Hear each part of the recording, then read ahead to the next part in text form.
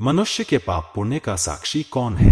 क्यों अपने भी नहीं बांटते दुख? जन्म मृत्यु से कैसे जुड़ा है इसका सीधा संबंध? आइए जानते हैं पाप पुण्य की कहानी के बारे में। शास्त्रों के अनुसार जब कोई इंसान अच्छा या बुरा कर्म करता है तो वह किसी से छिपता नहीं है। इसके उस कर्म के कुल 14 साक्षी माने गए हैं। इनमें से कोई न कोई आपके कर्म को जरूर देखता है। शायद तभी कहा गया है वो सब देख रहा है। मनुष्य के अच्छे और बुरे कर्म के 14 साक्षी होते हैं। आपको पूरी जानकारी देंगे। आप सभी से निवेदन है कृपया हमारे चैनल को सब्सक्राइब करें, वीडियो को अंत तक जरूर देखें।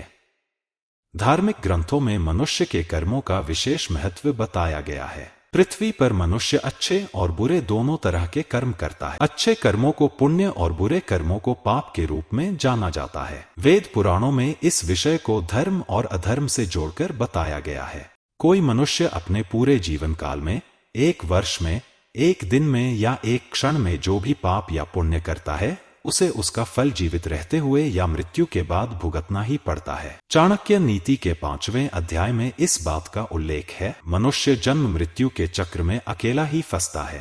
पाप पुण्य का फल भी अकेला ही भोगता है। वो खुद अकेला कई प्रकार के कष्ट भी झेलता है। यहाँ तक कि मोक्ष की प्राप्ति भी अकेले को ही होती है, क्योंकि इस दुख को उसके माता पिता, भाई बंधु, सगे संबंधी कोई नहीं बांट सकते। वेद पुराणों के अनुसार जो व्यक्ति इस दुनिया में अकेला जन्म लेता है, मृत्यु के बाद वह अकेला ही परलोक सिधारता है। उसके अपने परिजन मुक्तिधाम जाने से पहले ही छूट जाते हैं। मुक्तिधाम पहुंचने के बाद उसके शरीर का दाह संस्कार कर दिया जाता है, परंतु उस व्यक्ति के पाप और पुण्य कर्म ही उसके साथ जाते हैं जो वह अकेला ही भोग रहा होता है। यहाँ आपके मन में एक सवाल आ रहा होगा कि जब व्यक्ति को इस संसार में अकेले ही आना है और जाना भी अकेले ही है, या अगर वह कोई बुरे काम छिपकर करता है तो फिर उसके बुरे कर्मों के यानी पाप और पुण्य के साक्षी आखिर कौन माने जाते हैं? शास्त्रों के अनुसार जिस तरह चंद्रमा दिन में और सूरज रात में नहीं दिखाई देता, परंतु दोनों में से कोई एक हर समय जरूर रहता, ऐसे ही संसार में कुछ तो ऐसा है